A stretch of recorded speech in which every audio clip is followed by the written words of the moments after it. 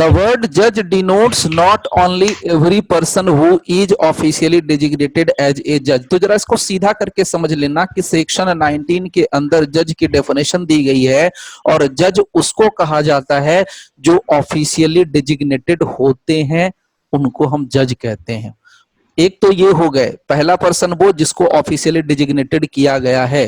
दूसरा, but also every person who is empowered by law to give in any legal proceeding, चाहे वो proceeding civil हो चाहे वो प्रोसीडिंग क्रिमिनल हो, a definite judgment or a judgment which if not appealed against would be definite, or a judgment which if confirmed by some other authority would be definite। तो यानी कहने का मतलब दूसरे, ये जो सेकंड पैरा जो आपके सामने है ये वाला पार्ट, इसका मतलब क्या है? इसका मतलब उस पर्सन को, एवरी पर्सन, यहां देखो इसको लिंक करके पढ़ना, यहां से ऐसे लिंक कर लेना यहां। So every person who is empowered by law to give in any legal proceeding civil और क्रिमिनल ए डेफिनेट जजमेंट, बस इतना ही याद रखो। अब ये उसी बात को आगे इंटरप्रेट करता जाता है। और a judgment which if not appealed, okay done, ठीक है भैया, अगर अपील नहीं होगा तो हम उसको डेफिनेट मानेंगे, अगर अपील होगा तो क्या जज नहीं होगा? That is a different thing.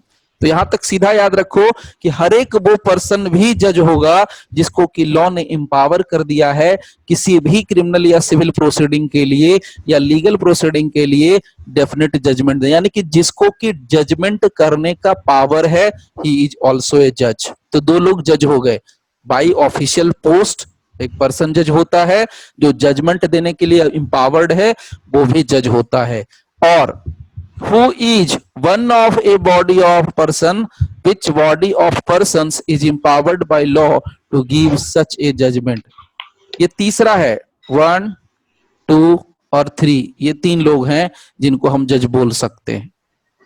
तो who is one of a body और person, तो पर्सन्स है, दो चार लोग बैठे हैं, उसमें से एक पर्सन को भी हम जज कह सकते हैं। विच बॉडी और person is empowered by law to give such a judgment, यानी जहां पर पर्सन्स हैं, जहां पर बॉडी है, उसमें से कोई एक पर्सन भी जज हो सकता है, प्रोवाइडेड कि ये सारे जो बॉडी या पर्सन्स हैं वो किसके लिए एम्पावर्ड किए गए हैं? एम्पावर्ड बाय लॉ किस लिए हैं? किस लिए हैं?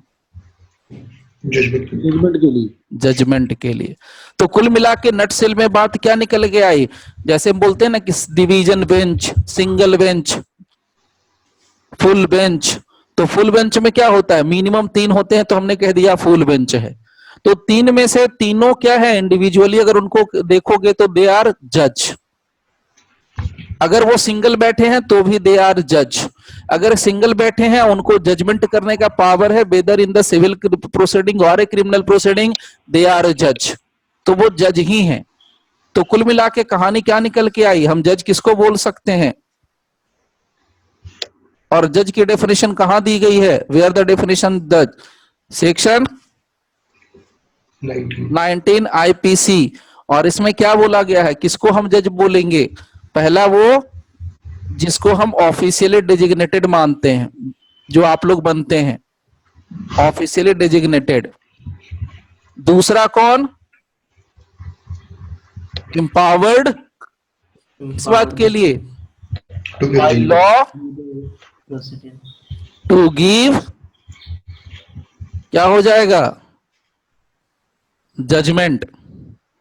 और तीसरा कौन? थर्ड वन किस, क्या लिखना चाहिए मेरे को? वन ऑफ ए बॉडी और a person. Yes, one of a body of persons. अगर कब ये, लेकिन वन, लेकिन कब? जब ये बॉडी और पर्सन्स जो हैं ये एम्पावर्ड बाय लॉ किसके लिए होंगे? Empowered by law, empowered by law किस बात के लिए? To such judgment, to give such a judgment, to give such a judgment. तो उनको हम कहेंगे कि वो जज हैं।